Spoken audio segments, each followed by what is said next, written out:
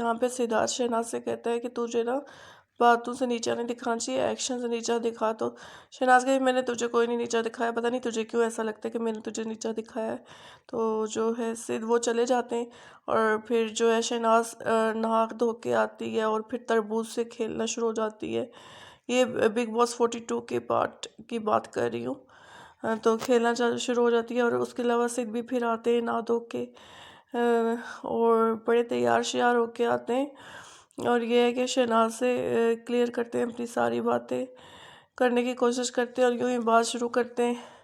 और शहनाज को कहते हैं कि तू तो हमेशा मुझे ये कहती है मुझे ही कहती है कि तू आसम और पारस के साथ बैठता है, जो ना मुझे पसंद नहीं करते और ये वो। हालांकि जब वो मेरे बारे में ऐसे कहता है, उल्टी सीधी बात करते थे, तो तब तो तू बैठी होती थी, खुद तो नहीं उठती थी।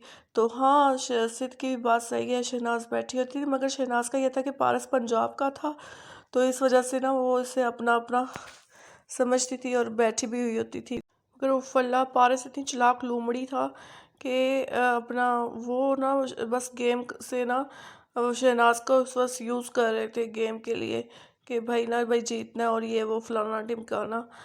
तो हालांकि जो है शहनाज मतलब कि दिल से उससे बात करती थी बड़े तरीके से, उसको कोई परवाह नहीं थी गेम शेम की। तो वो पंजाब का था इसलिए वो ठीक तरह से बात करती थी। बाहर सब इन दोनों की बातें सुन रहे होते हैं और इन दोनों को अलहदा करना चाहते होते हैं, मगर उन्हें तो नहीं पता होता ये पैचअप हो रहा है जो फाइटिंग के बाद होता है। और जनाब इसी तरह सिद्ध के लिए जैसे शहनाज के लिए होता है कि भाई मेरी वो अपनी टीम को कुछ इतना वो नहीं भाव देती, कहती टीम में मैं हूँ ना हूँ, मेरे लिए सिद्धांत ही सब कुछ है। मगर सिद्ध का ये होता है कि वो अपनी टीम को ना बड़ा वो मतलब कि रखता है इस वजह से क्योंकि उसने सिद्ध ने खुद को जीतना होता है, मतलब गेम के लिए। तो फिर वो कहता है कि नहीं भाई जीतना है तो जीतना है। पर शहनाज सिद्ध को ही मतलब कि ना अपना सब कुछ समझती है और कहती है मैंने बस उससे जीतना है। प्यार हो तो ऐसा कसम से, इतना सच्चा प्यार। और यही कुछ होता है और जो घर वाले होते हैं वो इन दोनों का फ़ायदा उठा रहे होते हैं, मगर इन दोनों का तो किसी को ये नहीं पता होता कि पैचअप होने वाला है।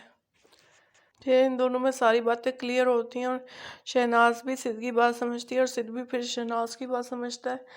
लेट के सारी बातें क्लियर होती हैं और फिर शहनाज से मानना तो नहीं होता, मगर उसके लिए वो कहते हैं ना एक स्माइल ही काफ़ी होती है और ज़रा सा बस कोई उसे कह दे कि भाई नाराज़ ना हो ये वो, तो खुश हो जाती है। तो आपने देखा होगा कि जो सिद्ध है वो कभी नहीं मनाता था और जो शहनाज है हमेशा वही में पहल करती थी। तो इधर सिद्ध मना रहा है इसे क्योंकि मिसअंडरस्टैंडिंग काफ़ी क्रिएट कर लेते हैं घर वाले भी और दूसरी बात है ये भी इनके दरमियान तो इस वजह से होती है क्योंकि जो है शहनाज समझती है कि भाई सिद्ध टीम अपने सिद्धार्थ को मेरी कोई नहीं पड़ी और बस उसे खेल की पड़ी है और बस अपनी टीम की पड़ी है। टीम वो है जो शहनाज को बिल्कुल भी नहीं पसंद करती है, हालांकि ऐसा कुछ नहीं होता है।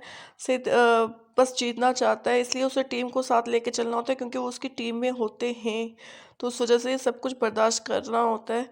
तो ये सारी बातें उनके दरमियान क्लियर होती हैं लेटे हुए ही।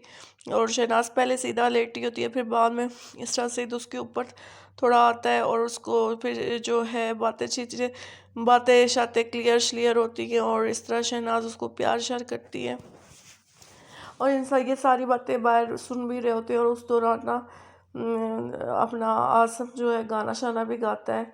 तो आसम भी बड़ी चालाक लोमड़ी है और ये पारस वगैरह भी बड़ी चालाक लोमड़ी है, सब यूज़ कर रहे होते हैं इन दोनों को। और ये दोनों बेचारे, मगर इनको पता होता है। सब्सक्राइब कीजिए मेरे चैनल को, लाइक कीजिए।